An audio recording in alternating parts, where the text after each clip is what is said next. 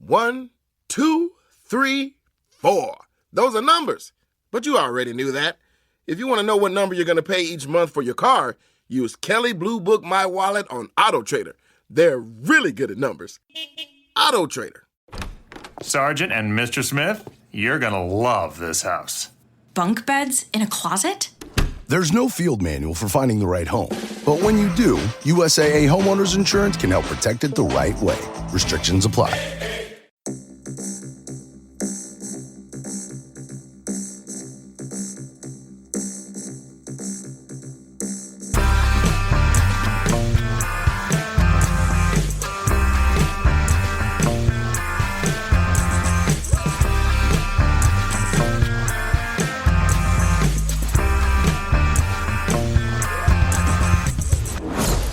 Hello and welcome to Unequal Sequel. My name is Dave and I'm one of the two hosts of this flaming hot podcast. Oh, like Monster Munch. I like it. Yeah. And I'm Rich and I'm the other host of this flaming hot podcast. Think of me as Obelix to Dave's Asterix. I'm massive, but he's deceptively strong. Think of me as Hal to Dave's Dave. I'm a malevolent, malfunctioning AI, and he's called Dave.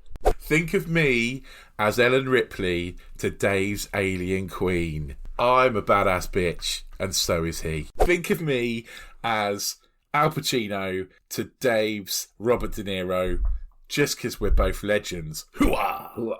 The premise of Unequal Sequel is very simple. We ask our guests for their best ever sequel, worst ever sequel, and finally their dream sequel. And of course, we've got to often drift off and just have some chats about movies in general. We also have to point out that we do spoil movies because we talk about them in quite in-depth detail. Yeah.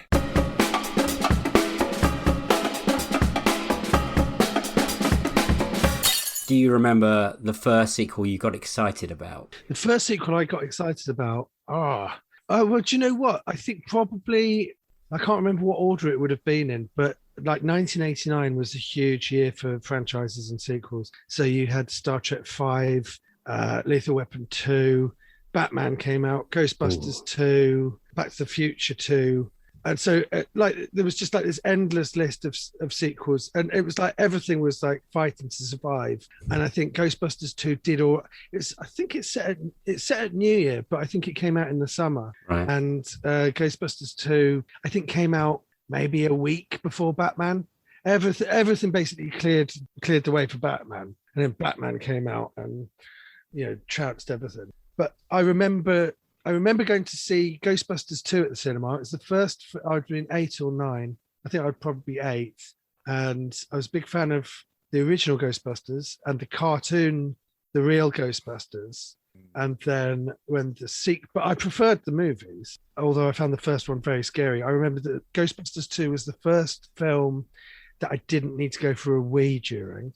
Ooh. I think I saw it twice. And I think the first time I saw it, I did need a wee.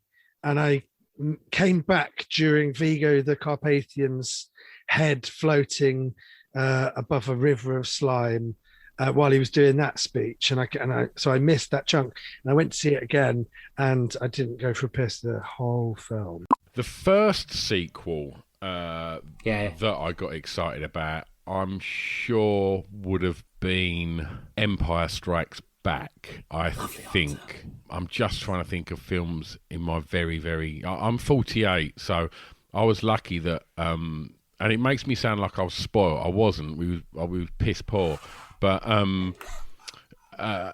yeah, my parents took me to Leicester Square to see Star Wars when I was very young, and oh my God, and just to add some extra spoilt bratness to it. Afterwards, they then took me to Hamleys and they bought me the figures of Luke and R2. That's amazing. So, yeah, I think that was like, I done a film podcast called Films to Be Buried With, and we was talking about cinematic experiences, and I just think that took some beating. I think, I don't think I've ever... Well, I have bettered it, and that will come up later when we discuss one of my films, actually. Oh, wicked. Okay, cool. Did you get to keep the toys in a box? Are they still sealed? I didn't, And I was obsessed with collecting Star Wars figures. My very good friend's dad was actually the key grip on Star Wars, Empire and Jedi. He lives at the end of my road and still has clapperboards for Empire, Raiders of the Lost Ark, Flash Gordon. When I was growing up, me and my friend Mark, who now also is a key grip, that's his son, we used to play like army, like guns, with fiberglass swords and guns that were used in Flash Gordon. And this sounds like I'm lying, but I swear I'm not. He had a pair of Wingmen's wings that were this floppy foam with these little straps. So he had a pair of Wingmen's wings from Flash Gordon, and we used That's amazing. Yeah, he was a really good mate to have because his dad was always on location 24/7. He felt a bit guilty, so Mark had like a BMX, a drum kit, a CB radio. He had like all the cool stuff that none of your other like mates in this area could afford. He had all that because his dad was always away on location. And obviously, in hindsight, when you actually sort of look back on that, you go, "Wow, your dad had the coolest job ever." Yeah, I think because I'm a horror nerd, so the one that I was really excited about was Scream 2. I think that came out when I was a teenager. And I definitely wasn't old enough to see it, but there was kind of a cinema not too far away where they didn't care that much. So long as you weren't like obviously 8, you could basically get in to see a 15. And I loved Scream so much as a kid. My parents had it on VHS back then, kind of showing my age. And they didn't supervise their VHSs that well. So I watched that probably when I was like 9 or something. And I just thought it was absolutely brilliant. And then when Scream 2 came out, to go and actually see that in the cinema. And I think it holds up. I think it's a great sequel and a great commentary on what the horror sequel can be. And yeah, that was lived up to my expectations, even if I was still devastated that Randy dies. Still haven't got over that, to be honest. I haven't got over that either. We had to watch that in series 1, didn't we? It was somebody's favourite sequel, and yeah, I'm not over that death. That's a horrible way to go as well. The blood dripping out the bottom of the van, and yeah, it made me sad. Your best sequel ever, what is it? It's not this, but I took a look at the stuff that other people have said. Yeah, and but I tell you what, this isn't. It's not the best sequel ever, right? But what I will say is, it is a much maligned movie, and I watched it last week, the week before, and I thought it was incredible. And I'd seen it before. Should we say what it is? Well, okay, so it's Texas Chainsaw Massacre 2.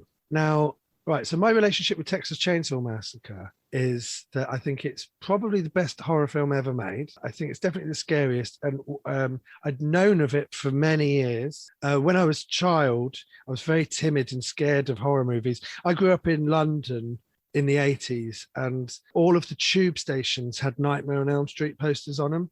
So it wasn't like you'd even go into a video shop. It was like Freddy Krueger was on the walls, as you were being taken to school or to the museum or whatever it was. Freddy Krueger was all over the place because there was like a film that came out almost every year. And I found it absolutely terrifying. So I was a very squeamish child, and I got into horror through the Evil Dead franchise.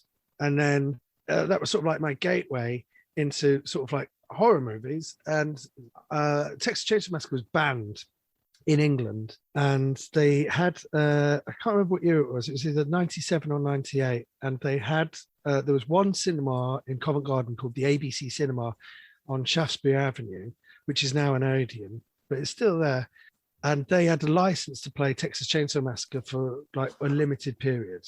And so I went with my mate who was in the year above.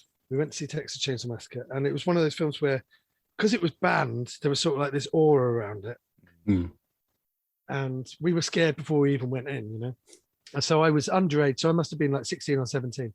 And when the lights go down, and it was an ABC cinema just before it got converted to an Odeon, so it was a bit of a flea pit. The carpet was all 70s, sort of like brown and orange and sticky, and it was sort of like a really sort of like fairly run down cinema.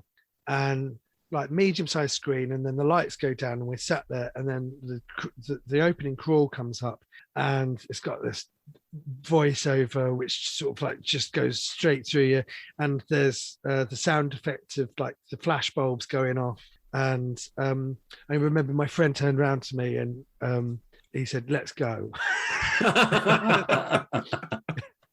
and then we got through it, but it felt like we'd survived it, you know. Like, it was an obsession of mine, Aliens. So, you know, we haven't even got into the film, but so at that point I started buying all the comics.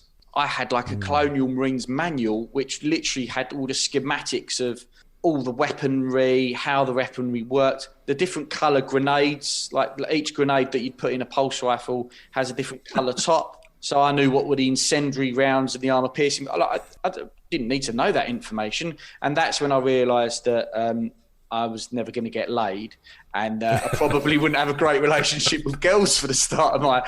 I was just such a nerd. I was just a nerd for it. And like me and my mates, I had a good buddy who was an incredible artist. He was sick when he was younger, and even by the time I met him at school, senior school, he could draw just the most incredible artwork, like comic book style.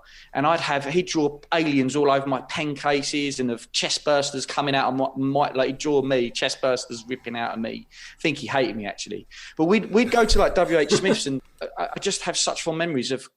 Sit on the floor in W.H. Smith's, because they used to sell the graphic novels, and read like back to front Aliens Genocide, which was probably about a 2.5 hour read, just on the floor of W.H. Smith's. And then the Alien War came out at the Trocadero, and I was there like all the time. I think I went 4 times, and I'd like to the point where I was throwing myself at the aliens when they appeared. Like I was a bit of a strange kid, I guess. Like the aliens would literally come at, like, there's certain points where the alien would come out. And do you guys know about Alien War? Do you know what it was? I never went, but I've heard about it. Yeah, my parents wouldn't take me. I was scared. It was scary, for sure. But yeah, for the listeners who don't know, Alien War was, they basically hired this area that they turned into sort of like, almost like a laboratory where it looks a little bit like LV-426 from Aliens, and you go there as a visitor, and then it's a lab, and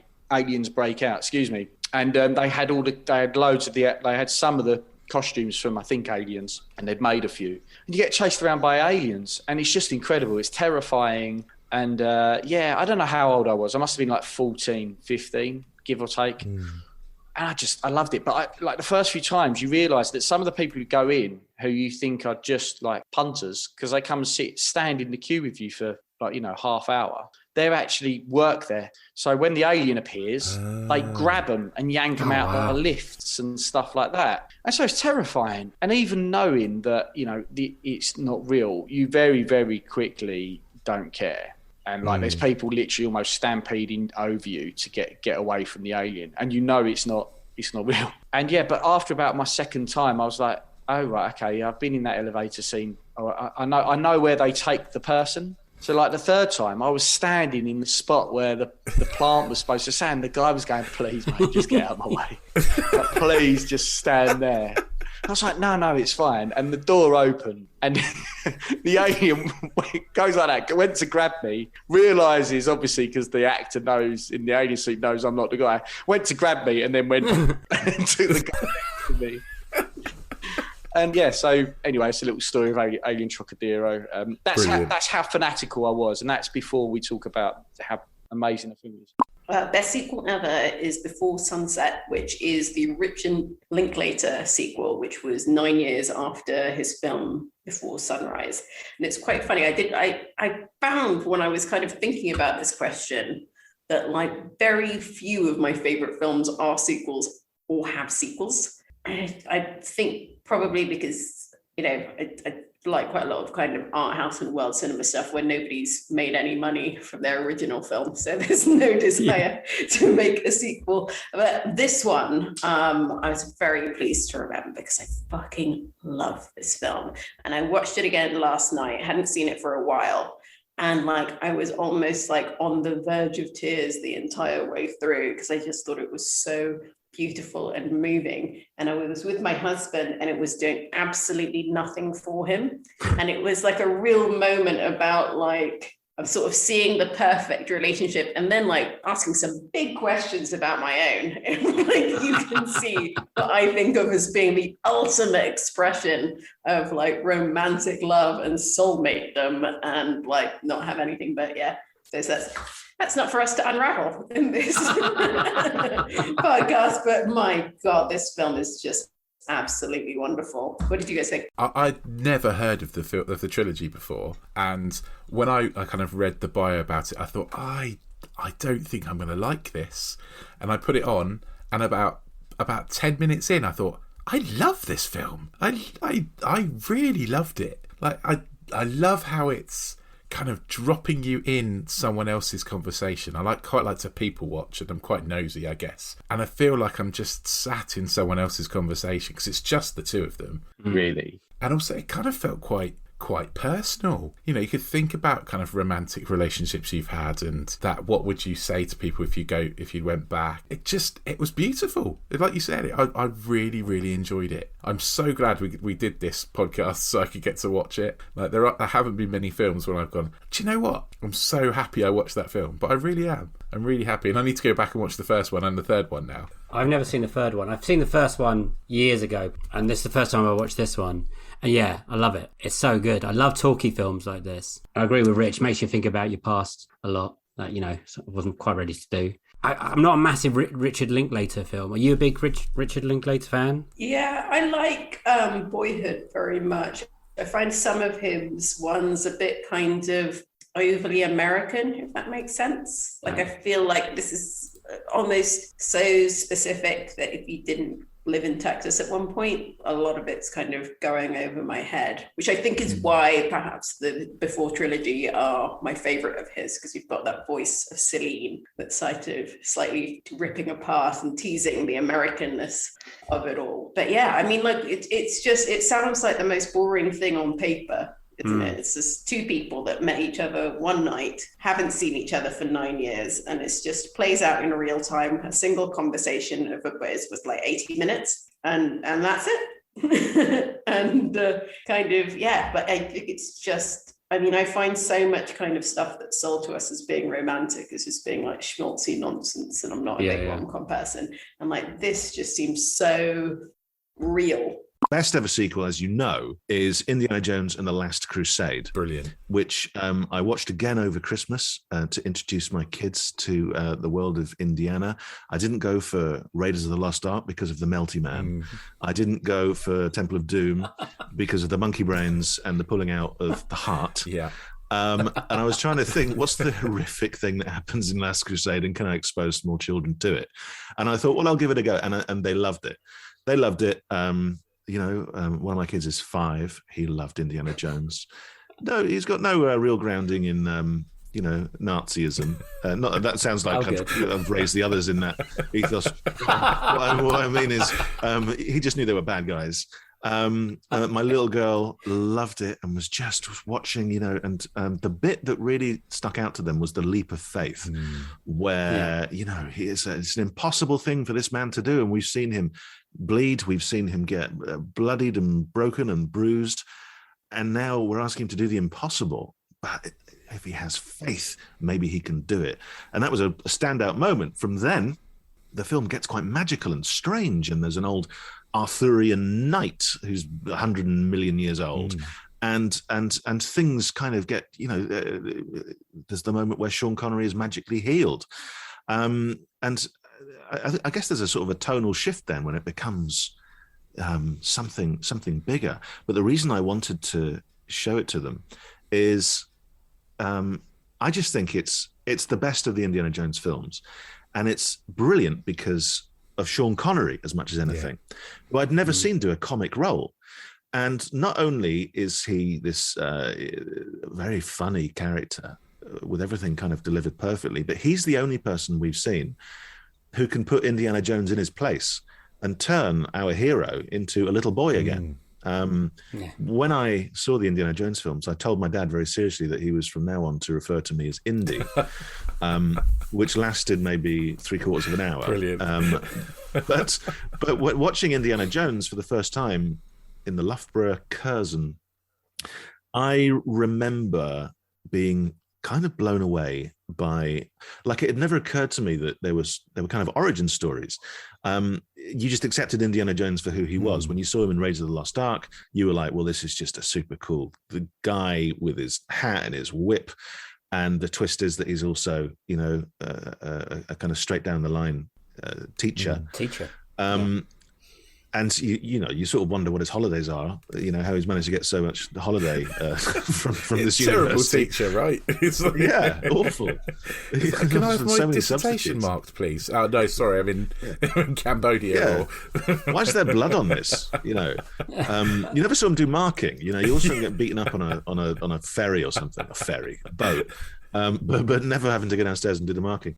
This episode is brought to you by Meta for Work. It's not just sci-fi anymore. Virtual and mixed reality are transforming how business works. Architects can use mixed reality to walk through buildings that aren't even built yet. People from around the world can meet up in more immersive ways, working shoulder to shoulder in virtual spaces to get real work done. And all sorts of professionals are getting hands-on training in safer, more cost-effective virtual environments. Meta for Work. Work smarter, closer, safer, together. Visit forwork.meta.com to learn more. This episode is brought to you by the Weather Channel app. Did you know the app can help you forecast more than just the weather? With allergy tracking and flu risk mapping. So you know when to stay inside and load up on podcast. As well as air quality and UV indexing. So you know when to get outside, load up on sunscreen and podcast. Forecast more of what you love with the Weather Channel app. What is the most disappointing sequel you've seen? As in, it's not the worst, but you went in with high expectations and you came out and you're like, oh my God. I know. Brilliant. It 2. It's 2. Yeah. Agreed. I thought they did a absolutely fabulous job with It Chapter 1.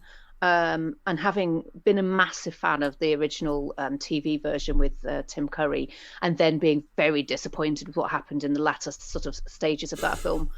When I saw It Part 1, I was like, oh my God, it is... Oh, no.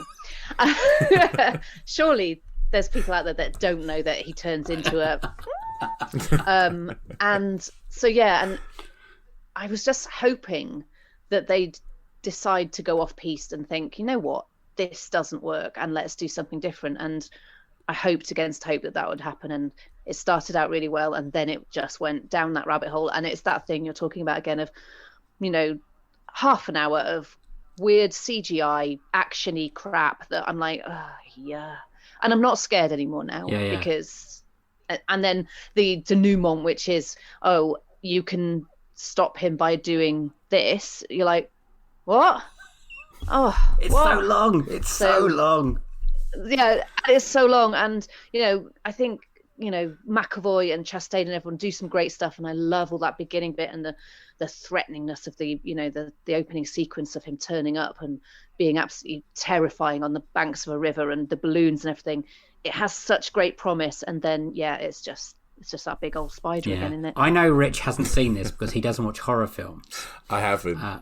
It's okay. It's not that I don't deliberately watch horror films. It's just they don't really appeal. If there's something else, I'll watch something else instead, really. I mean, this Pennywise is just, I mean, I actually cried watching it. It gave me such the heebie-jeebies that I had to sort of have a little pause. It was, you know, when you're so terrified, you're a bit like teary. That was me. I thought it was so good, the part 1, but then... Yeah, it's great. It just doesn't stick the landing part 2, does it? No, not at all, sadly. Do you think it's not as frightening when, in the part 1, it's frightening because it's against kids and, you know, it's nightmarish. And then you get to the second one and they're adults and you think, oh, adults should be able to deal with this a little bit better than, you know, children. No, it's just that stupid, what he really is business, isn't it? It's just, you know, so stupid. It's so stupid. Should have just... Did you go to the press screening of this by any chance? Yes. In London on the IMAX Yes. one? And it went on forever because they had an introduction. Yes. Yeah. It was just another one that was too long. And Yeah, very disappointing. As you just said, Dave, it's not as good as The Dark Knight, which is an Oscar-winning, all-time great superhero movie, and I think Batman Begins is just below that. I think Batman Begins is underrated in the shadow of The Dark Knight. I think they're both incredible. And then Dark Knight Rises is like fine for most people. It's like, yeah, it was good. You know, Christian Bale's still Christian Bale, and there's Bane and Tom Hardy's good and stuff. And I'm like, yeah. And there's also the Talia al Ghul stuff that makes no sense whatsoever. Nope. And a bunch of other stuff that's not how nuclear bombs work. I have a physics degree. That is not how nuclear bombs, or how I am the one physicist in the world that can fix this bomb. No, you're not. That's not how engineering works. That's not how physicists work. If you had just invented this thing, you would be winning Nobel Prizes and blah, blah, blah, and all this kind of stuff. Like, no. And you were the only person who could do this? Yep, that's me. Dead. Like, cool, problem solved. Like, nope. There's probably like dozens of people that could come in and probably work that out. Go and get them right now. What are you doing? Bane's plan makes no goddamn sense. Drives me mental. Can you tell I'm fired up? I love the thought of you coming out at 4:00 in the morning, so disappointed. Did you drag friends to go and see it as well? So interestingly enough, this was my first long-term relationship, like all the way through university and stuff. I moved across the country. I'm in Norwich at the moment, where I'm from originally. I moved down to Exeter in Devon. So wow. UK listeners, you probably know where that is. International listeners, that's like 250 miles southwest of where I am, which is in English terms, that's really far. I know that's next door neighbours for you Americans and Canadians out there, but for us, that's really far. It's a 8-hour journey, basically. So yeah, I had moved down there and all this kind of stuff, and that would have been my I was there for about a year or so before my life came crashing down. I lost my job and my girlfriend within like 2 days of each other. It was the darkest timeline, should we say. I'm fine now, thankfully. Oh, good. It was just 10 years ago. But yeah, and I think that was the same week I saw Dark Knight Rises. Oh, not a good week. No. So yeah, this perfect amalgamation of all the terrible things that could happen to me, like fresh out of university, all this kind of stuff. Like, I'm looking forward to life out in the big wide world. What could possibly go wrong? Like, Batman's terrible, and my life is crumbling around me. You're just holding on to Batman. At least Batman's going to be good. I think I did. Genuinely, I think I did. It was one of those like, my job's crap, and I can tell something's up with, my relationship at the time. Like, thank God I've got that. I've still got those tickets booked for the midnight release. Thank God I've got something to look forward to. And I shouldn't be laughing, but I am. I was crying. You have to laugh, or you'll cry. What is your worst sequel ever? And can we just talk about what your worst sequel ever was before you got to where you are now? I just wanted to say, because Dave told me what your choices were, and I went and watched. So your original choice for worst sequel was Sex and the City 2. So I spent two and a half hours of my life watching Sex and the City 2 because I've never seen it and never seen the TV show or anything. I said to Dave, they might go and watch it. Quick, you have to undo this, because I actually said I can't talk about Sex and the City 2 because it makes me so upset that I said I actually can't go on a podcast and talk about it. I think it might be the worst film I've ever seen. I was gunning for Sex and the City 2. I feel like Sex and the City 2 is the one. That is the worst. You couldn't pay me money. I would cry on this podcast if I talked about it. She wouldn't do it. Because Sex and the City is so close to Cathy's heart as a property. Okay. That I think it's still too raw. I just watched it and thought, is it supposed to be like Succession? Like, are they horrible people? I've just not realised. Like, are they supposed to be horrible people? Like, you were always a bit horrible, but like, I actually said to Dave, I don't think it qualifies as well, because I think to say worst sequel implies that there was something good about the first movie, and I loathe and despise the first Sex and the City movie. Yeah, that's a bad movie. So to too. me, the first movie is actually a sequel to the TV series. Yeah, I buy that. So in the end, I'm so sorry we came full circle on Sex and the City, but not before we made you watch it. Hopefully, at some point in time, someone else will pick it, and then you'll have done that. I really hope they do, because I don't want to have watched that movie for no reason. Did you ever hear the podcast The Worst Idea of All Time? Not yet. And they pick a movie and they watch it every week for 52 weeks, and they watch Sex and the City 2 every week for 52 weeks. Oh God, no. It is so funny. I actually stopped listening to the podcast because it was like, I got really depressing at the end. They were so depressed. But they did it with another movie as well. What was the other one? Grown Ups 2. Grown Ups 2. Oh, that's another dreadful one. Yeah, they're masochists. They've taken the sequel game next level, guys. Yeah, that is silly. We're not doing that, Dave. We're not doing that. So how did you land on your choice? Do you want to tell us what your choice is and how do we get there? Yeah, so when I was like initially thinking about the podcast, and I was like really pleased you guys asked us on because I think it's such a good podcast, and it's a really clever idea. But as I said, I find it really difficult to think of lists. So I was like, God, like when I just think in my heart of hearts what my favorite sequel is, it's Grease 2. And I said, it may not be the best, but it's my favorite. And then I sent it to you guys that Grease 2 is going to be my pick for best sequel. And then on Friday night, Dave and I sat down to watch Grease 2, and I was so excited, like popcorn made, like ready to go, because I haven't watched it. Dave knows he's seen it with me before, so we've been together like 16 years. So we probably watched it like over a decade ago together when I was still young and naive. And then kicked on Friday, and like 10 minutes in I was like, I've made a terrible mistake. Rocky 5, I mean, it's fucking terrible. Like, there's no redeeming quality about it. Tommy Morrison, maybe. Tommy Morrison, whose story is remarkable as an actual boxer. His life, whether they make that into a film, I don't know. There's a very well-made documentary that's I think on Netflix about Tommy Morrison. That's incredible story. Like, and I guess being the guy in the Rocky film really kind of helped. But oh my God, I don't want the finale to be a backstreet brawl. Like, no. I want oiled up Stallone. Whether or not that was the film was done like that for no other reason than he was out of shape and he didn't want to put his body through whatever he has to do to because I know when I watched some stuff about Balboa, he like the training regime he was putting himself through it. What was he when he made that film? He was about 90, wasn't he? And like it's it was old. Ridiculous. Like, but I just 5. I mean, I think I've seen it twice. And it was on again about 2 months ago.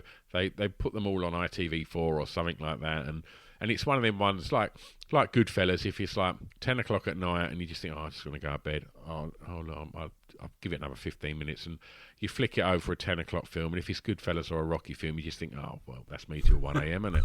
And like Rocky 5 weren't that. Rocky 5 was like, right, let's let the dog out, and then I'm going to bed.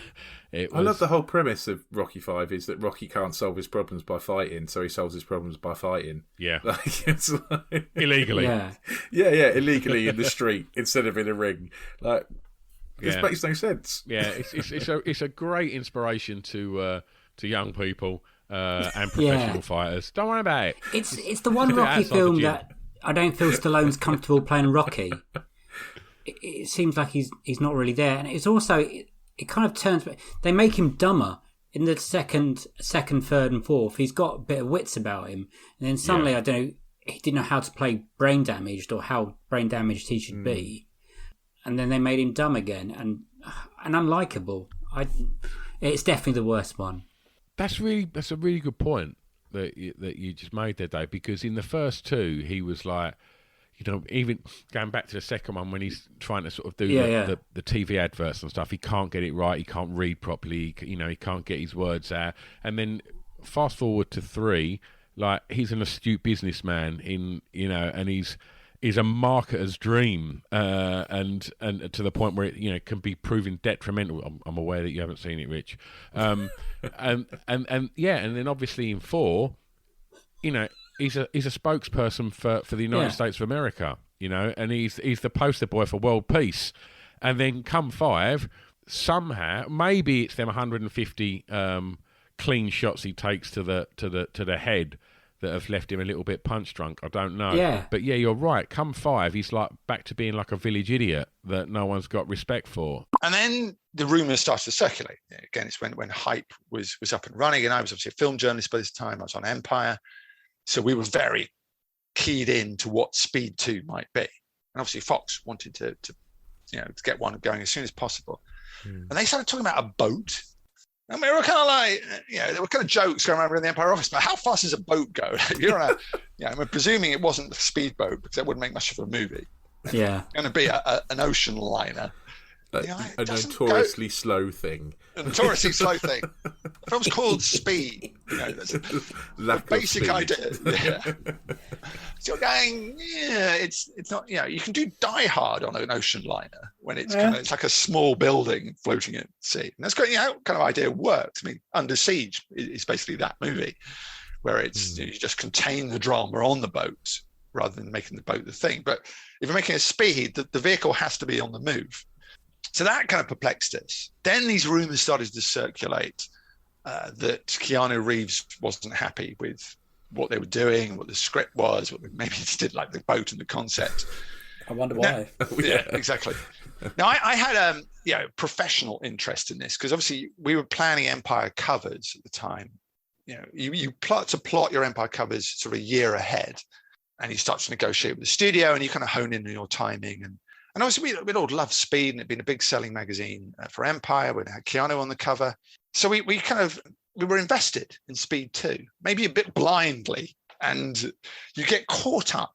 We hadn't seen it. We hadn't read any scripts. And we were a bit skeptical about ocean liners, but we're going to, okay, these guys are professionals. They're going to do something. But once Keanu dropped out, we were a bit like, what do we do? Do we back out? But we stuck with it. We stuck with the Sandra equation. We're going to put Sandra on our cover with a boat or whatever it was. It was it was at the time still one of the biggest films of that summer. There have been various trailers which have been a bit odd, but there's Willem Dafoe and there was some action, and we were just kind of going, okay, we'll see what happens.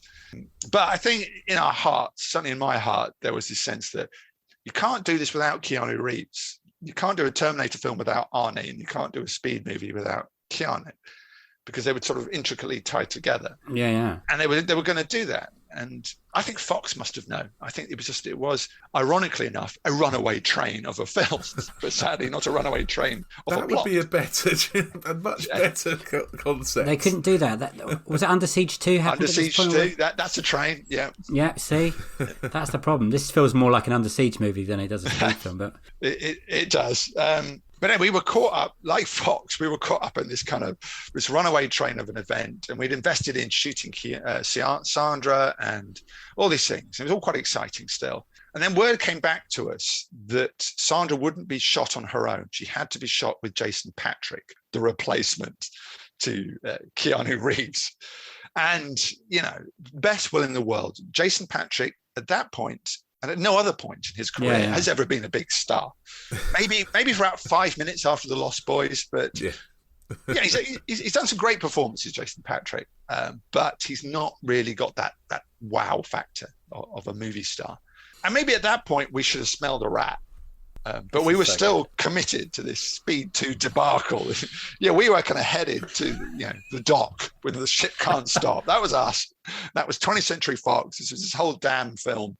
And then, and this will kind of relate to the story to come, but I was kind of working on the third Danny Boyle film with him, and Andrew McDonald, who's his producer at the time, had told me he'd read the Speed 2 screenplay and had heard it's diabolical, the film, and the whole of the studio was caught up in this, how do we rescue this disaster? And I'm like, thanks for telling me that. I've got a cover coming out in a matter of months, and we can't get out of it now because there are publicists involved and Sandra's involved and Jason's involved. So, well, we kind of knew, I think Fox kind of knew, everybody kind of knew, I think the whole of the world kind of knew this was going to be an awful film. We were just waiting for it to happen. You've spoken about your disappointing sequels and your worst sequel. What is the sequel that surprised you the most that you liked it? Oh. So you got dragged to see it because you like the first one's rubbish. And you come out and thought, that was great. I'm not really sure. It's a really good question. I mean, what I would say is I'm not a massive fan of a lot of the Star Trek films, but some of the Star Trek films are some of my favourite films. Yeah. And some of them, it's like Star Trek 1, not that I hate it or anything like that. It's like I've seen it, I never need to see it again. I'm not even a massive fan of Star Trek 2. Star Trek 3, fine. I'll watch it I would have watched it if it was on TV on a Saturday night. But Star Trek 4, I love it. Star Trek 5, nothing. I don't even think I've seen Star Trek 5. Star Trek 6, Undiscovered Country, one of the best films. Really? One of the best, most entertaining. But Christopher Plummer's in it. I watched it again because Christopher Plummer was in it, and he died last year. But Christopher Plummer is incredible in it. He's old friends with William Shatner in real life, and so you've got kind of like this sparring on camera, on film of those two, and it's just a really good, tense.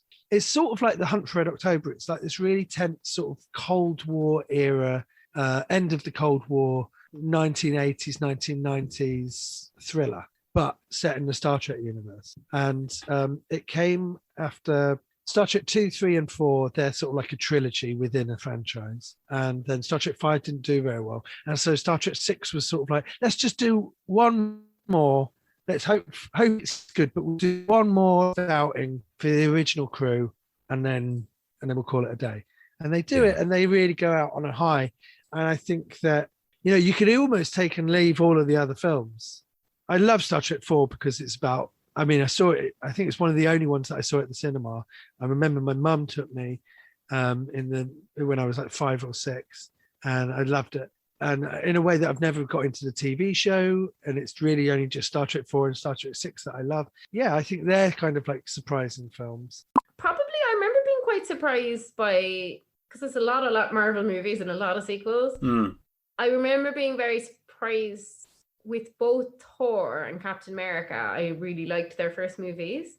And Notably not sequels. And then not their sequels. And I was surprised because the sequels, particularly Captain America, the second one, The Winter Soldier, everyone loved it. Yeah. And I hated it. But I loved his origin story. I found that really interesting. So I was surprised. I remember coming out of the cinema and being really disappointed and surprised. It's like, what is everyone talking about? This is I was an awful, surprised at your reaction as well in that moment. Whereas I was really interested in him being the dweeb, in the first movie, and the World War II setting, and I found all that really quite fascinating. Whereas I found all the stuff with him and Bucky, I couldn't believe they brought Bucky back. I was like, are you joking me that I have to watch this fucking guy walk around? And I hate all the stuff with him and Iron Man arguing. I thought it was so boring. And I was really surprised by that one, because usually if you like the first movie in a Guardian strand, or not a Guardian, a Marvel strand, you'll kind of, and then the second Thor was really different from the first Thor, and that took me by surprise. Is that the Dark World? Yeah, that's rubbish. That's awful. Because I loved the first one, and again, it's that origin story. It's so nice when you meet a character, but it's like, do you need another movie with them? Yeah. When you've already seen them in big ensemble movies, probably not. I needed Ragnarok though. I love that movie. The third one. Ragnarok. I was surprised by how much I enjoyed Ragnarok. I wasn't ready. Yeah, that's the second surprise then, that was then good again. Yeah, that's a real roller coaster ride, that series. The full one. It's just Chris Hemsworth that was so good that of course they're going to keep giving him movies, because how could you not? Let's talk dream sequel. Okay. What was your dream sequel? Well, I was gonna say Ghostbusters 3, but it's happening. So yeah. And I've gone with purely for comic reasons. I've gone with When Harry Met Sally. Okay. Because I just want to see them get divorced.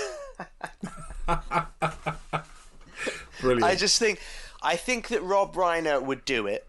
Yeah. He's divorced. I think that obviously the reason it should never ever happen is because they couldn't use Nora Ephron because she's dead, and I think that she was just such an unbelievably brilliant writer of realistic romance. But I would love to see a film where, not necessarily. I'm saying divorced because it's funny, but what I mean is I think there's another coming of age that happens when you're old. Yeah. And I think that I would really like to see.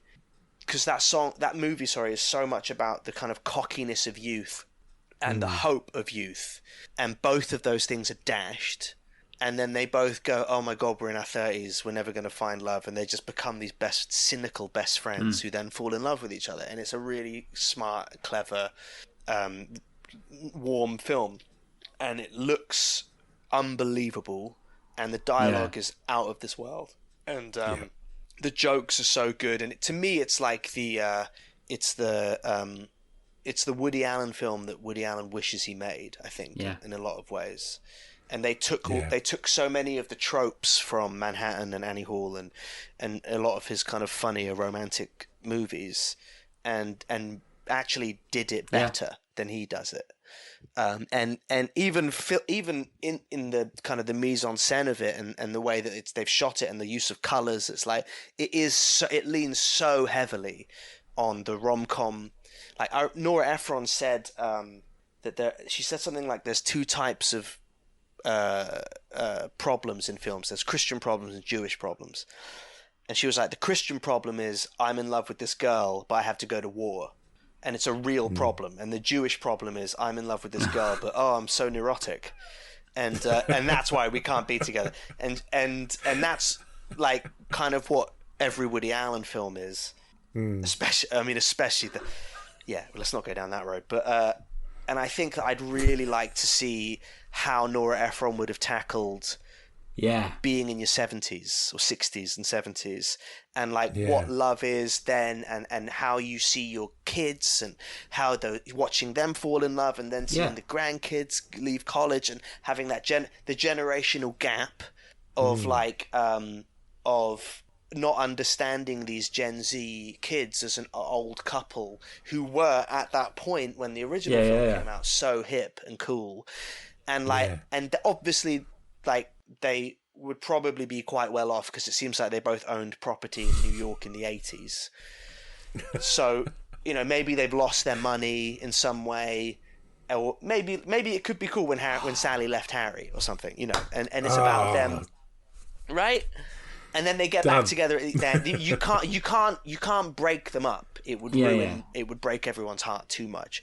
But I think you could start the movie with them being broken up. And also, as you said, that the countryside and the sort of location is another character. It's all about and the music. Yeah, crema and paddling in beautiful rivers, and eating ice cream in the square and pedaling around those beautiful country lanes.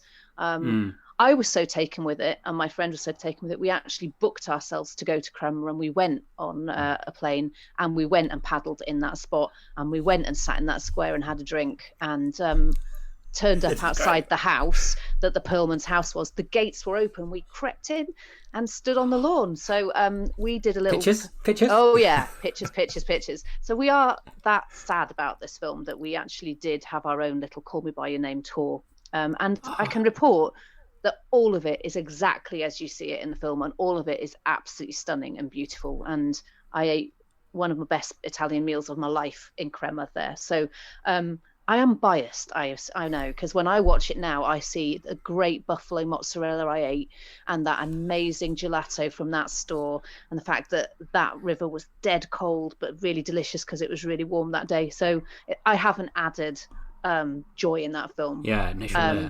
And so because of that, it's that very scared feeling of if they did do a sequel, would they be able to replicate that sort of lightning in a bottle again? And I think it'd be quite difficult. So when I was watching it, I thought, I bet they're going to do tours. I bet they're going to do tourist things where they take people around. I don't think they do tours, but it's very easy to find all the places. It's a very small Italian town in northern Italy. It's really easy. EasyJet flies, into Bergamo, where they end up in the final scenes. It's very easy. So we should go, Rich. Yeah. Let's do it. Have a little paddle. Let's go. I'm very upset that Birds of Prey hasn't had a sequel yet, and I do cry about it at night. So yeah, and I think that is a lot to do with toxic fan base, actually, because it had I literally think it had a backlash because it was a fun female-led film and it was quirky, and I think Birds of Prey is magnificent and it's one of my favorite DC films, especially from the newer DC films, because it just had fun. It felt like it had personality. It felt to me like DC had finally cracked it. I was like, yes, this is how you make a superhero movie. It was great. It was a brilliant, brilliant film. And that tone works so well with Harley, especially Margot as Harley. And I just feel that DC fans sort of wanted something a bit more serious, and they didn't get that. So they were upset. Like, even aside from the fact it's obviously female, it's all women. Yeah. We have got... How dare they? I know. We have got a Black Canary film coming, which I'm like, cool, because I think the name's Journey Smollett Bell, isn't it? She's like great as Black Canary, and I like that character. I'm be interested to see more of that character, but I'm like, where's Bop too? Come on, guys. I like that. I love that. I'm really cool about it. Yeah, I absolutely agree with you. I think Birds of Prey is up there with my favourite DC movies. Like it made me think, because I was at a point where I wasn't going to watch any more DC movies. Yeah, I'd seen Wonder Woman 84, I think, and I was like, no, I'm not doing this anymore. Oh, I really like Wonder Woman 84. Oh. I don't know. I just wish I can see why people don't like it because it is a mess, but there's so much off it that I did enjoy. Yeah. But I really like Wonder Woman, so maybe that's why. But I also don't. I'm not a big fan of Zack Snyder, and I watched the Snyder cut, and I'm like, I think it's the music. The music is so on the nose. Like it's like a superhero turns up, da-da! Like the music is like, bam, bam, yeah, you know, and it's like Dave was saying about Army of the Dead as well, like playing Zombie at the end of Army of the Dead. I'm like, you have not listened to the lyrics of this song. Like, just because it says it's called Zombie doesn't mean it's the right song to play. I must say that even though I don't like Zack Snyder's films, I always think he comes across rather well. Like, he seems really genuine. He really, seems like really a nice lovely. person, yeah. I think it's such a shame that his fans are just like, not all of his fans, obviously, as I said earlier, like a small portion of his fans are just so toxic. And I think one of us are just, because the Birds of Prey, I don't think it was a massive box office flop. Like, it's got a dedicated fan base as well. It's just, I think they're just scared. Like, yeah. But it's such a shame because it was something really different. It was obviously all female, like, I think it was DC's first, like, female cast, like, movie. And it was so much fun. It was different. It was, like, more mature. And I saw a really interesting thread about James Gunn's The Suicide Squad and how you wouldn't have that if it wasn't for Birds of Prey, because obviously Birds of Prey is like 15 rated, adult humor, ridiculous humor, and that's exactly the same. Like Birds of Prey and The Suicide Squad, perfect double bill, because you wouldn't have that film if you didn't have Birds of Prey. And I just feel like, I don't know, just people just don't like fun. And that's it. And who wants to hang around with people that don't like fun? But we're never going to get another Dredd. It made no money. It was incredibly troubled production. And the producer, Adi Shankar, said he's done multiple interviews saying, like, this is never going to happen. There's no way. You would need to fund it yourself and somehow get Carl Urban and Olivia Thirlby and Wood Harris and Lena Headey and people. Obviously, some of those characters die, spoiler, but get those people of those caliber to come and be your independent production somehow. It's never going to happen in a million years. And that breaks my heart because I love Dredd so much. I grew up with 2000 AD and reading Judge Dredd comics. For the listeners out there, I'm wearing a Judge Dredd t-shirt right now as a bit of a tribute. And it's like, this was the film I've been waiting for. After the 1995 just mediocre pile of just comedic half-assed bollocks that is the Stallone and Schneider movie. Yeah, okay. Please don't tell me you like the 1995 one. I've got a soft spot for it because it's so bad it's good kind of thing. See, this is where you can go off, Dave. No, I think it's terrible. Me again, because I don't like it. You both. No, I think it's terrible, but somehow I can... I'm starting a rivalry with the whole show. I quite enjoy it for being bad, but I agree, it is a puddle of shit. The costumes are kind of amazing, right? Like, it's so comic but accurate with the giant eagles on the shoulders and all this kind of stuff. That would never fly in the, like, down-to-earth, gritty... I hate to use the phrase dark and gritty, but that's kind of what Dredd is, and that's kind of become this, like, uncomfortable phrase to be using in cinema these days. But, like, that, to take Dredd and really dial it down from all the wacky stuff that 2000 AD does. Yeah. Because 2000 AD, for listeners out there who don't know, is a comic book series that's been running for like 50 years at this point, or something like that, since the 70s. And it is just mutants and aliens and satire and parody. It's like Monty Python meets Star Wars meets all kinds of weird stuff mashed into one. And sometimes it's like really dark and gory, and sometimes it's really silly and funny and has Nigel Farage and Donald Trump in it and stuff, but they're called Bilious Barrage instead because copyright and libel and stuff. And it's like, how do you turn that into a film? It's like day in the life of a judge. Just make it super small scale. The entire film is set in one building. There you go. Like, I have to be honest. When Dave said this was your dream sequel, I did think he meant the 94 version. I was like, really? Yeah, I'm bringing back Stallone. 26 years later? Yeah, brilliant. He would still do it as well, I think. Yeah, he'd love another crack at it. He probably needs the money, doesn't he, old Sly? And I also thought I'd seen this movie. I thought I'd seen Dredd, but I hadn't. Oh wow! So I got to watch it for the first time. Right. Hold on. Stop the presses. Stop the podcast. Sit back for a minute. What did you think? Yeah. What did you think, Rich? Tell me more. I liked it. I don't think I liked it as much as you. I think it's brilliant. I don't think many people like it as much as I do. To be fair. I think Dave does. I think Dave loves it. I loved it. I can't believe that. There's never been a sequel. It's mad. What I really like about it is I really like the fact that they got to use slow-mo with an actual point to having slow-mo. Clever, isn't it? Yeah. That's good. I don't know. I felt like there was. It deserves a sequel. You're right. I think there's more to the universe. Yeah. There's definitely more. There's to be said. there's so much more like to the universe. It felt like the first part of a trilogy or the first part of a series. It felt like the setup. I mean, I definitely enjoyed it. I definitely liked it. There were bits just like, it's just action, blowy up stuff. That kind of. It's so much fun. Out of action. Is it Carl Urban? It's not Keith Urban, is it? It's Carl Urban. No, it's Carl Urban. I had that conversation with my wife yesterday too, where she was like, "I get confused between Keith Urban and Carl Urban. Who is who?" We don't need Sylvester Stallone. We need Keith Urban's Dredd. That's what we need. He's so good as Dredd. He's really good. Gotta go for him, then, rookie.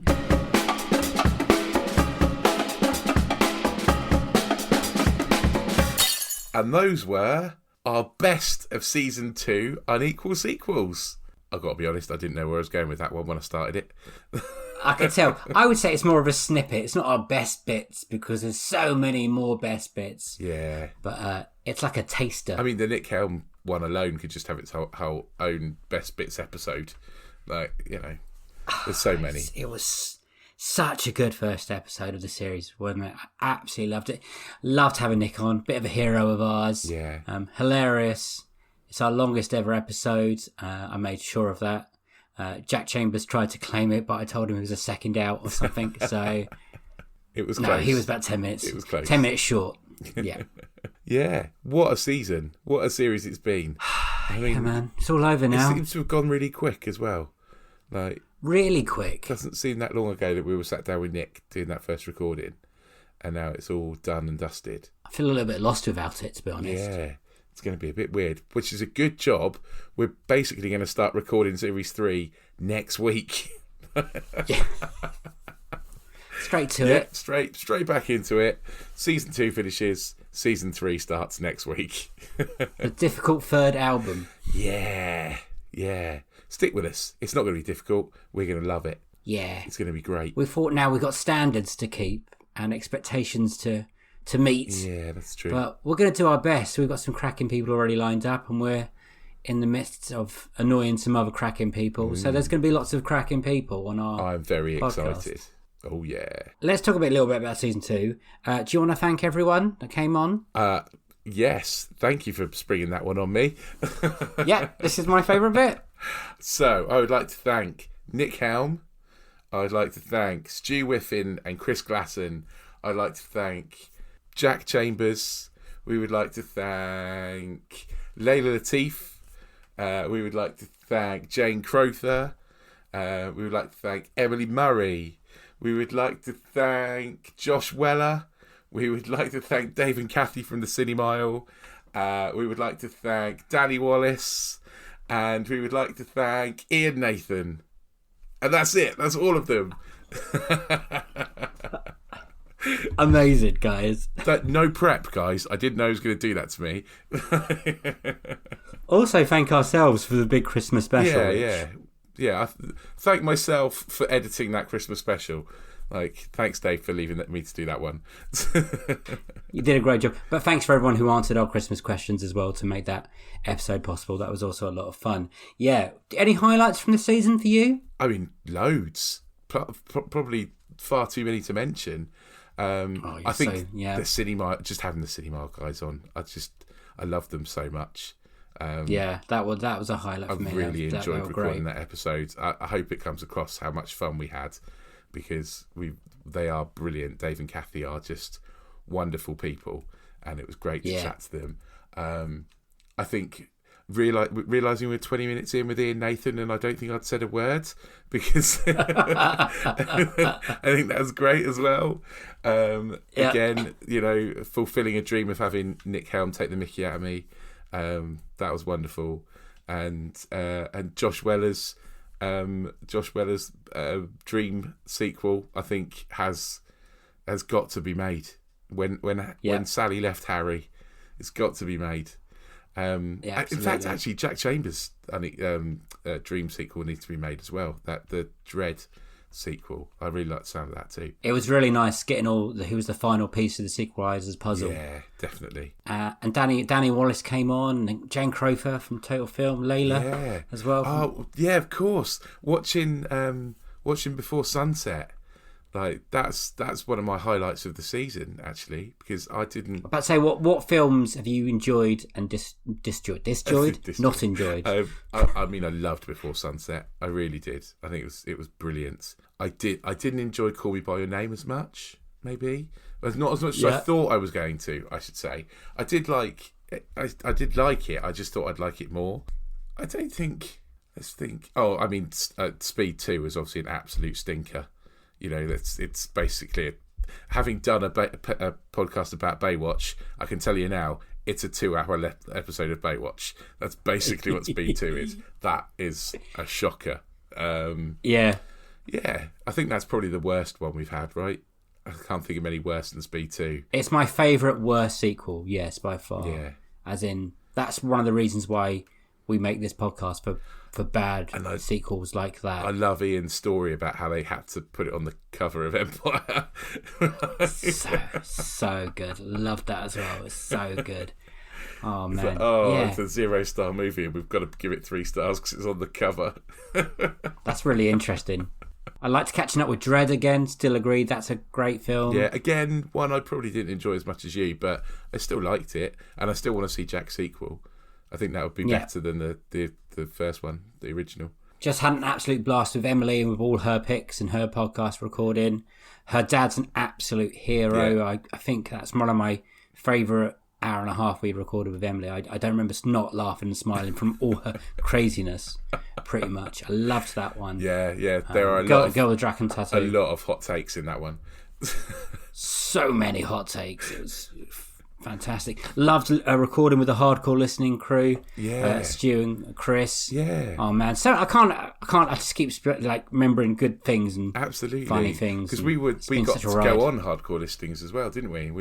Yes, we really did. Enjoyed that as well. So yeah, that was great, and I love that podcast too.